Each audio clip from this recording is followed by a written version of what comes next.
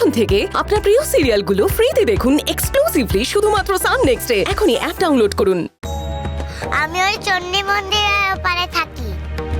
আমি তো সারাক্ষণ শোয়ের পাশেই ছিলাম, তোমরা দেখোনি? আচ্ছা বস, এসেছিস যখন একটু মিষ্টি খেয়ে যা। হ্যাঁ না গো না, আমি এখন কিচ্ছু খাবো না। একটু আগে মন্দিরে অনেকটা মিষ্টি খেয়েছি। তোমার মেয়ের খবর চাও তো? আমি যেমনি এসে বলবো, কেমন? এখন যাই। ওরে ওরে, এভাবে যাস না, ওরা রাগ করতে পারে। দেখেছো মেয়েটার কাণ্ড, দেখেছো কখন যে হুট করে এলো টেরই পেলাম না, আবার হুট করে চলেও গেল।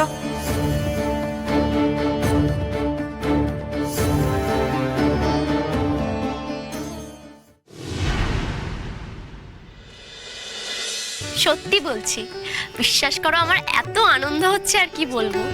এতদিন তুমি আমার সই ছিলে, আর আজকে থেকে তুমি আমার বৌদিদি, মিষ্টি বৌদিদি। আর হ্যাঁ, আমার দাদাকে কিন্তু সামলে রাখবে। বাবা, তোমার দাদাকে সামলানো কি মুখের কথা? রেগে গেলে তো তার হুঁশই থাকে না। মনে আছে রাজন্না, ওই ঘটক ঠাকুরের কি অবস্থা করেছিলেন? আচ্ছা বলো তো, ওনার কি দোষ ছিল? ছেলে মেয়ের সম্বন্ধ করাই তো ওনার কাজ। আরে বাবা, তারপর তো তুমিই ওর মাথায় জল ঢেলে শান্ত করেছিলে। তো ছোট থেকেই ওরকম ডাকবি, তুমি তো দেখোনি, তাই বুঝতে পারবে না। এই যা দেখেছো, মা একটা কাজ বলেছিল, আমি তো করতেই ভুলে গেছি। তোমার সাথে গল্প করতে বসলে না আমার কোনো হুঁশই থাকে না।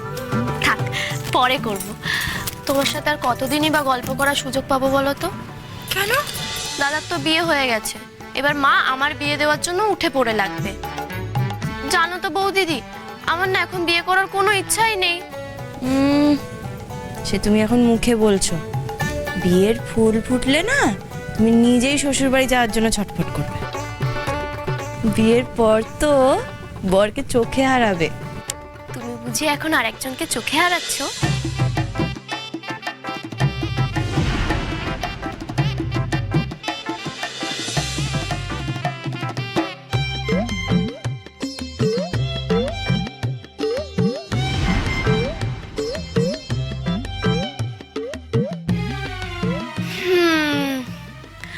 অবশ্য তোমার মতো আর একজনও তোমাকে চোখে হারাচ্ছে,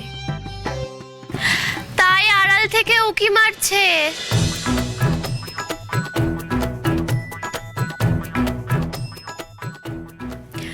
আজকে গোটা দিন কাল রাত্রি দাদা, বউয়ের মুখ দেখতে নেই।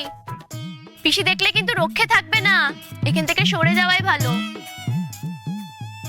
কি হচ্ছেটা কি আমরা দেখতে পাচ্ছি। হ্যাঁ, আরে একদিন তোর তর্স হয়েছে না,